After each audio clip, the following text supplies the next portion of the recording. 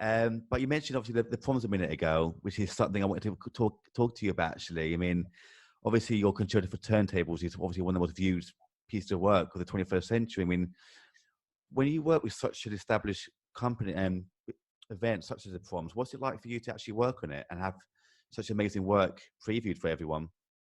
Yeah, well, that piece. Well, I don't know how, in terms of how many. What you mean? How many YouTube views it's had? No, just that. It's just I know that everyone you talk to knows about it, and it's just one of those most. Yeah, From yeah, what I no, see, that's yeah, true. No, everyone it, knows about it. it was a real breakthrough piece for me, that, and yeah, and it has now, like in terms of one of the concertos written in the last 20 years, it's been performed like about 60 times worldwide, which is a lot for a Wow. contemporary piece. So I'm really happy with this, how that piece has kind of taken on a life of its own. And it was the proms performance of my Concerto for Turntables was a turning point in my career. Can't deny it, because it's having a piece that is going against the norms of classical music, being on that kind of platform of the proms was really something. And then they film it and record it in a really good quality, so it was available on YouTube for a lot of people to see. So that was a really big thing for me. Yeah, Oh, definitely. yeah, definitely. And what was the process from beginning to end in terms of the whole idea to stage? Was it a really difficult thing to work on? It must have been a very difficult thing to work on. So I mean, in terms of the Concerto for Turntable, so the story of that piece goes back earlier to like 2006, because the proms was 2011, so it's already 9 years ago.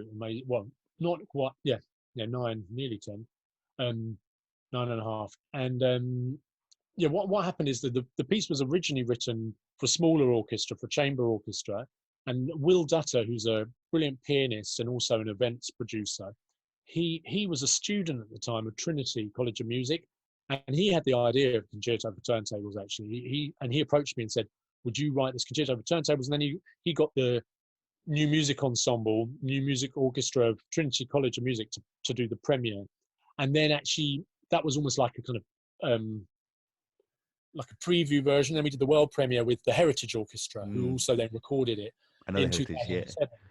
And they were really great to work with, and they totally got the idea behind the piece, which was, this is a classical concerto, but it's totally giving a nod to hip hop culture, not just through the turntables, but through some of the rhythms and the grooves that appear in the piece.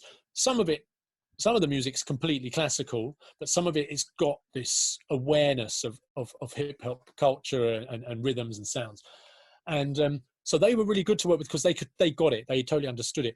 Other orchestras who played the piece, it takes them a while to really get it, and they sometimes they don't quite get the feel, the rhythms, but they always, in the end, they always come round to it. And actually, when they see the turntablist and what they can do with the turntables, that really helps them understand what the piece is trying to achieve, and they get very excited. So classical musicians love to play with the turntables, because they think, wow, here's someone taking what we're playing and really bringing it into to contemporary culture, and they find that very exciting, and seeing how the turntables can manipulate the sound of an orchestra.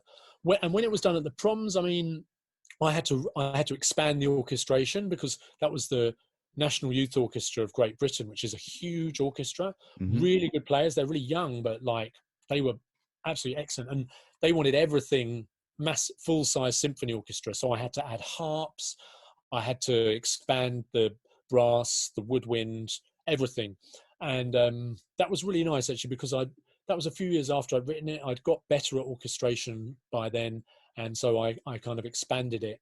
And but they got the piece again. It took them a little while to get into it, to loosen up, because they're all young classical musicians. They're really used to the traditional repertoire, and so they kind of first thought, this is weird, I can't like doing a groove in an orchestra, but Yeah.